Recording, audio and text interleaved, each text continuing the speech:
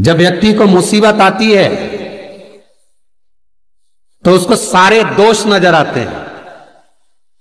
जरा पंडित जी देखना, मुझे पितृदोष है। क्यों? बहुत तकलीफ में है, बहुत कष्ट में है, बहुत दुखी है, बहुत तकलीफ में, बहुत कष्ट में, बहुत दुखी है। देखिए जरा, पितृदोष है। पंडित जी बोलेंगे पितृदोष तो नहीं है। वास्तु शास्त्री के पास पहुंच गए महाराज, और वास्तु शास्त्री के पास जाकर कहा, जरा देखिए हम बड़े तकलीफ में हैं, बड़े दुखी हैं, क्या वास्तु दोष है हमारे घर में? क्या हमारे घर में वास्तु दोष है क्या? देखिए जरा। तो फिर वास्तु शास्त्री ने कहा घर में भी कोई वास्तु दोष नहीं है। तो फिर इतना दुख काहे से है,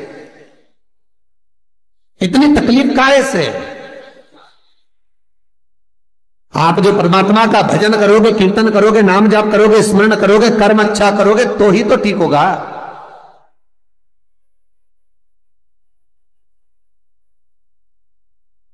महाराज जरा देखो, हमारे घर में कोई दोष तो नहीं है वास्तु का? वास्तु दोष नहीं है। अब पितृ दोष नहीं है, वास्तु दोष नहीं है, फिर का एक काम करो, हम बड़े तकलीफ में हैं, जरा हमारी जन्म पत्रिका देखो, जरा जन्म लग्न देखो, जन्म पत्रिका देखो, पत्रिका में तो दोष नहीं है।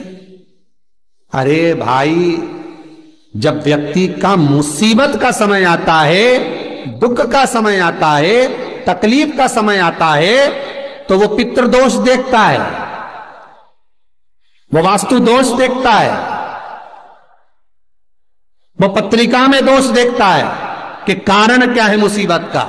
बस दिक्कत एक ही है कि वो अपने कर्म में दोष नहीं देखता कि मेरे ये पितृदोष, ये वास्तु दोष, ये सारे दोष तो बाद के हैं, पर सबसे पहला दोष है कि जो कर्म करा है वो कैसा करा, उसके अनुसार मुसीबत आई है, उसके अनुसार हम दुख झेल रहे हैं।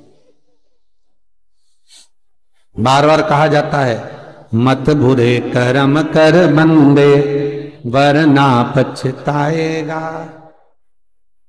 भगवान की आंखों से तू बच नहीं पाएगा, तू बच नहीं पाएगा। हम दोष देख रहे हैं, हमने पितृदोष दिखवाया, हमने वास्तु दोष दिखवाया, हमने पत्रिका में दोष दिखवाया। मेरा एक निवेदन करबद्ध है, जब आपके ऊपर मुसीबत जब आई है, दुख जब आया है, तो अपने पूर्व के किए हुए कर्म का भी दोष निकालो कि क्या कर कर आए।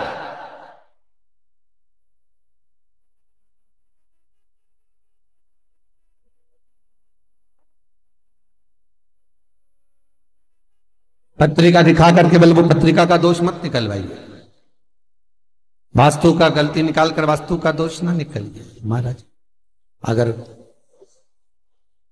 पितरों का भाव निकालकर पितरों का दोष ना निकालिए, पर एक दोष अपने भीतर भी है, वो कर्म का दोष है। कुछ अच्छा करा होगा तो भगवान आपके जीवन में थोड़ा तो सुख लिख ही देगा, थोड़ा सुख तो लिखेगा। और यदि बेकार कर्म किया है तो कहीं ना कहीं दुख तो उसने लिखा है कर्म का। मत बुरे कर्म कर बंदे वरना पछताएगा, भगवान की आंखों से तू बच नहीं पाएगा, तू बच नहीं पाएगा। अरे ओ अज्ञानी मत करना दानी। महाराज कर्म का दोष जरूर देखें, पितृदोष बाद में देखना, वास्तु दोष बाद में देखना, पत्रिका में दोष बाद में देखना, पहले अपने कर्म का दोष देखिए।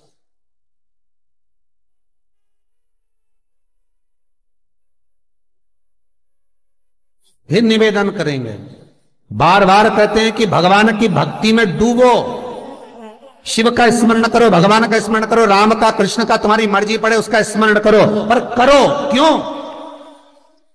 क्योंकि दुख, तकलीफ, कष्ट पत्रिका दिखाने से नहीं कटेगा, मकान के दरवाजे बदलने से, वॉशरूम बदलने से, पाइप बदलने से नहीं बदलेगा। दुख तकलीफ तुम 50 बार वास्तु को भी बदल कर देख लेना, फिर भी दुख और तकलीफ, कष्ट नहीं, ये कष्ट समाप्त नहीं होगा, दुख और तकलीफ समाप्त नहीं होगा।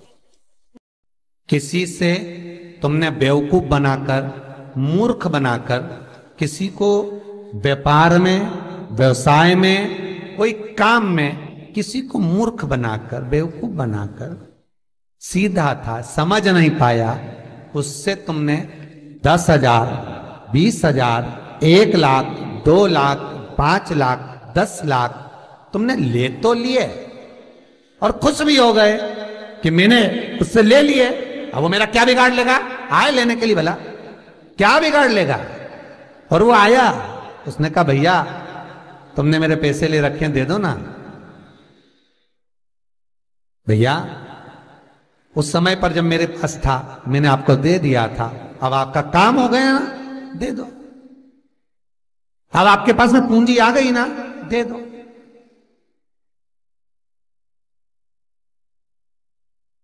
बहुत ध्यान दीजिए महाराज, 2 तरह का पैसा होता है। एक व्यक्ति ब्याज पर देता है ना ब्याज पर, कि तुम ये रुपया ले जाओ, हम तुमसे इतना ब्याज लेते रहेंगे, बाद में मूल दे देना। और एक व्यक्ति वो होता है जो अपनेपन से, प्रेम से, अपनी करुणाता से, अपनी पहचान से, अपने हृदय से, अपनी चित्तवृत्ति से, अपने दिल से जब प्रेम बढ़ जाता है, स्नेह बढ़ जाता है, तो कह देता ले जा 2 लाख, 4 लाख, 5 लाख, काम निकाल ले, बाद में दे देना। पर व्यक्ति इतना विचित्र हो जाता है कि जिससे ब्याज पे लिया है उसका तो पूरा ब्याज देता रहता है, और जिसका बेचारे का देना है उसका दे ही नहीं पाता। और निवेदन है, जिसने तुम्हें मुसीबत में साथ दिया, तकलीफों में, कष्ट में तुम्हारे साथ दिया, सबसे पहले हाथ जोड़कर उसको निवेदन कर कर देना कि ये तेरा है भाई, ना जाने फिर जरूरत पड़ जाए तो तुझसे मिल तो जाएगा। जब एक बार दे दोगे तो वो दूसरी बार देने के लिए तैयार बैठा रहेगा। पर तुमने जब सोच लिया, विचार कर लिया कि मैं तो खा रहा हूं, निगल रहा हूं, तो फिर जब नियत में खोट आ गया तो फिर वो कुछ नहीं करेगा जिसका तुमने पैसा खाया, वो कुछ नहीं करेगा। अब तो वो करेगा जिसने इसके माध्यम से तुझे दिलाया, उसको कुछ नहीं करना।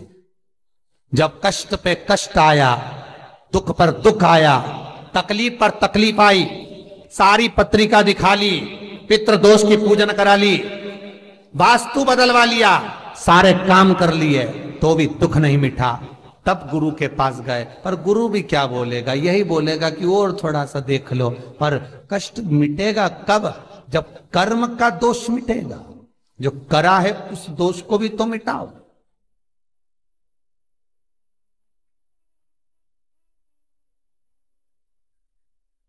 विचार करना, पांडवों पर कितनी कितनी तकलीफ आई, कितनी तकलीफ आई पांडवों पर। लाक्षागृह में आग लग गई, पर भगवान किसी रूप में आकर बता दिए कि आग लगने वाली है, सुरंग बनवा दी, बाहर निकलवा दिया। दुख तो आया था ना। पूरे वन में जब तक पांडव रहे, तकलीफों पे तकलीफ भोगते रहे, हर बार तकलीफ सब भोगा। पर भगवान पर विश्वास था, क्योंकि माता कुंती ने कहा था कि कर्म के लेख को शिव काटता। भगवान ब्रह्मा उतना ही देंगे जितना तुम्हारी लेखनी में लिखा है, भगवान विष्णु उतना ही देंगे जितना तुम्हारे भाग्य में लिखा है। पर भगवान शंकर तो कुछ नहीं देखते, ना लेखनी, ना कर्म, ना भाग्य। उनका अपनाए, दे दो उठा के, उठाओ दो। क्या सोचना, क्या विचारना, क्या करना, दे। फिर नहीं सोचा, फिर नहीं विचारा, वो तो केवल